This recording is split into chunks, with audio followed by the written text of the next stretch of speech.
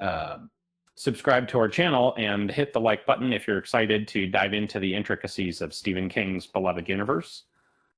Today, we're going to explore the world of The Dark Tower and delve into the enigmatic conclusion of the 2017 film adaptation. As you're about to embark on this thrilling adventure, I must ask, have you ever wondered why the villain, Walter Paddock, also known as the Man in Black, desires to destroy the Dark Tower?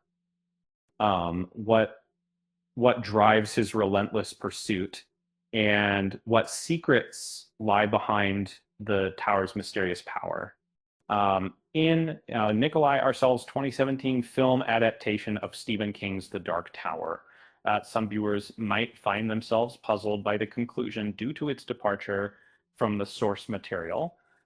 And to set things straight, the movie titled The Dark Tower on Netflix is merely a screen adaptation of King's books in name.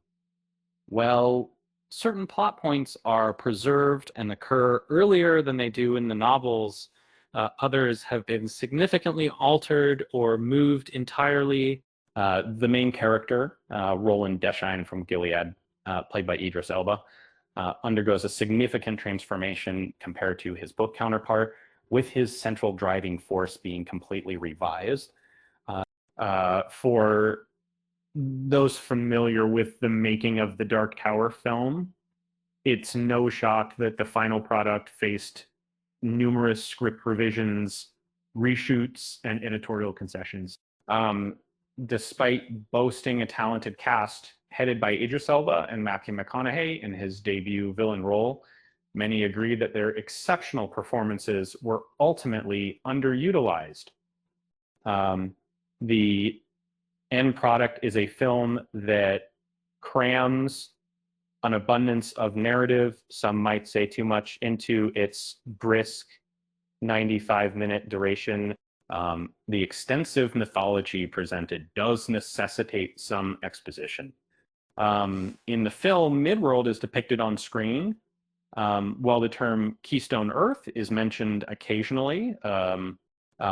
As Roland explains to Jake, there exist numerous worlds or universes all held together and safeguarded by the Dark Tower. For the scope of the Dark Tower, only two are significant. Mid-world, which is what we come to know as Roland's dying world, and Keystone Earth, where Jake resides, is essentially our world, or the real world, if you will. Um, in the series, although in not depicted in the film, Keystone Earth plays a crucial role. Um, this is significant because within the storyline, Stephen King himself is integrated as a character, uh, adding an intriguing layer of metafiction. Additionally, unlike Roland's world, Keystone Earth remains intact and thriving. Roland describes his world as one that has moved on, implying decay or ruin. This factor contributes to Walter's determination to establish a presence in Keystone Earth, as it offers more convenient opportunities for gathering children. The kids in this world possess psychic abilities so potent they could potentially shatter the very pillars sustaining the tower. Jake Chambers, Tom Kaler, is one such exceptional individual. His powers being so profound that even Walter acknowledges he has the potential to collapse the tower, if only we can channel his strength collapse. In the novels, instead of being referred to as the Shine, Jake's abilities are named the Touch.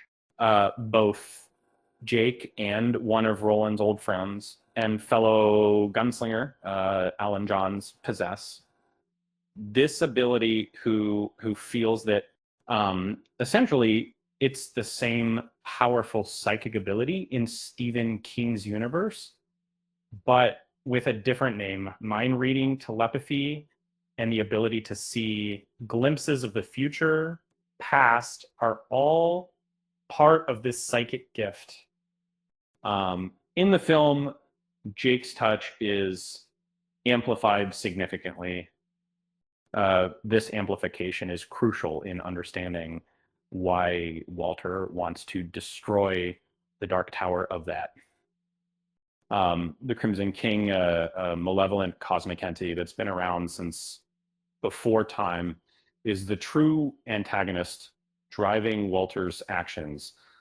The Crimson King, symbolizing darkness and disorder, aims to demolish the tower and the entire universe, seeking to revert it back to its original chaotic state. Roland's eyes glowing a bright electric blue before combat is a cinematic addition. It doesn't appear in the books. In the books, Roland's eyes are described as having a light sky blue hue, often referred to as bombardier blue. In the books, this color symbolizes his role as a gunslinger, more than it indicates a literal eye color. The books also suggest that Roland has exceptional shooting skills and remarkable vision, which stem from both his bloodline as the last gunslinger and the magical properties of his guns, forged from Excalibur's metal. And as the final act of the film unfolds, we find ourselves caught in a web of conspiracies and powers beyond human comprehensions. Walter's determination to destroy the tower, driven by the Crimson King's malevolent intentions, takes center stage.